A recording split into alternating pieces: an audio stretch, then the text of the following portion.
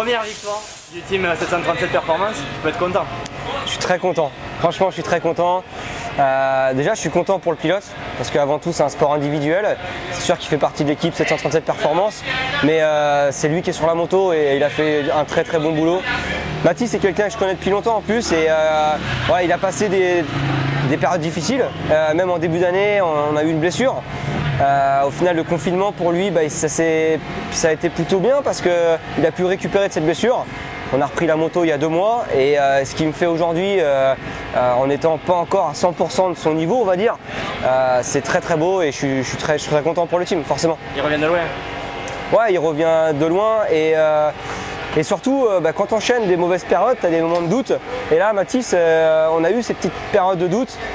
J'ai réussi à faire un bon travail avec lui-même mental, on va dire, pour le mettre en condition. Et en plus de ça, j'ai une chance, c'est que c'est un pilote très sérieux. C'est-à-dire que si je lui dis tu te couches à 9h30, il va se coucher à 9h30. Si je lui dis tu manges de la viande blanche pendant 3 jours, il va manger de la viande blanche. En sport, j'ai rien à lui reprocher. Donc à un moment donné, quand tu es sérieux, ça paye. Ouais, c'est vrai qu'on a l'impression que c'est confortable pour lui. Il t'écoute à la lettre, il a un planning à suivre, il le suit. Tu lui as donné plein de conseils au niveau du placement sur la grille et tout ça. La recette a marché quoi. Ça a marché et c'est vrai que ce qui est important, on va dire dans la relation entraîneur-pilote, c'est la confiance qu'on peut avoir chacun en l'autre. Et avec Mathis, au début voilà, il a appris à me connaître et puis aujourd'hui cette confiance on l'a. Ouais. Si je lui dis tu te mets à la 4e grille, il va se mettre à la 4e grille, même si pour lui à la limite c'était pas celle auquel il avait pensé. Si je lui dis ça, c'est qu'il sait qu'au fond, je sais qu'il peut partir devant de cette grille là. Et le rôle d'un entraîneur c'est aussi ça, c'est mettre en confiance le pilote parce qu'on oublie tout le temps que le motocross c'est pas qu'un sport physique et technique, hein, c'est aussi un sport mental.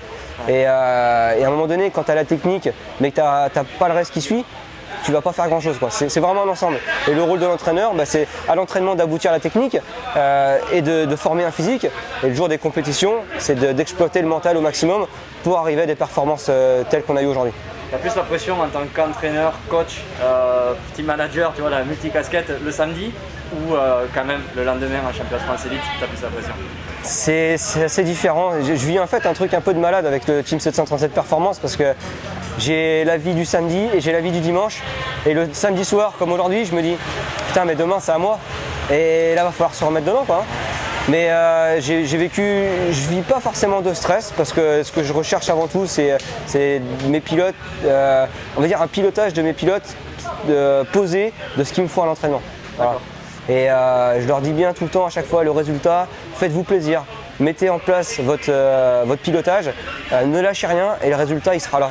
Et voilà, aujourd'hui c'est ce qu'on a fait. Donc, le stress je ne le remets pas forcément et je me le mets pas non plus parce que de toute façon à un moment donné je sais ce que c'est, hein. J'ai été pilote, je suis encore pilote, hein. Ça fait 25 ans que je suis pilote, je sais ce que c'est un sport individuel très très dur.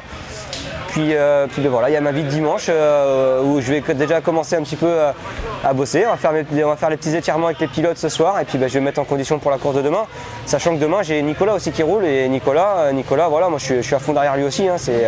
Voilà, on a des objectifs de résultats aussi donc on va tous se mettre en condition. Du coup on craque le champagne ce soir maintenant là ou s'il faut attendre demain quand même? Alors on va dire les accompagnateurs de Mathis vont le craquer ce soir, mais moi ça y est. Et puis après je suis quelqu'un, j'aime pas trop non plus en faire trop on va dire de la victoire. Alors on a une victoire, c'est beau, je suis très content. Maintenant faut pas s'arrêter qu'à une victoire, hein. C'est sûr qu'il faut profiter du moment, mais voilà, faut toujours essayer de dire maintenant ça y est, on a eu la victoire, on va continuer de bosser et on va peut-être pourquoi pas mettre les bouchées doubles pour aller rechercher notre victoire. Et voilà, c'est surtout ça qui est important. Bravo, merci beaucoup. Bon boulot Mathis. Ouais, tu croyais à cette victoire en deuxième manche? Tu y as cru jusqu'au bout? Ouais, je voyais qu'ils étaient loin derrière et j'ai vraiment assuré. Et franchement, je suis content. Ouais, c'est pas facile quand on part devant comme ça, même avec de l'avance, on peut vite se mettre la pression, on pense vite, purée, cette victoire elle est pour moi, mais du coup on se met la pression, non? Ouais, on peut se mettre la pression, on peut se relâcher et c'est pas bon, il faut rester concentré. Et voilà. Ça t'a mis un coup au moral la première manche de voir la vitesse de Sacha Koenen? Franchement, un peu, mais je savais que c'était possible de le battre parce qu'il fait beaucoup d'erreurs et je savais qu'il n'allait pas rester sur ses roues. Physiquement, c'était dur. C'est une course au mois d'août. Ouais, c'est très dur en plus dans le sud, à côté de Toulouse. C'est vraiment dur avec la chaleur.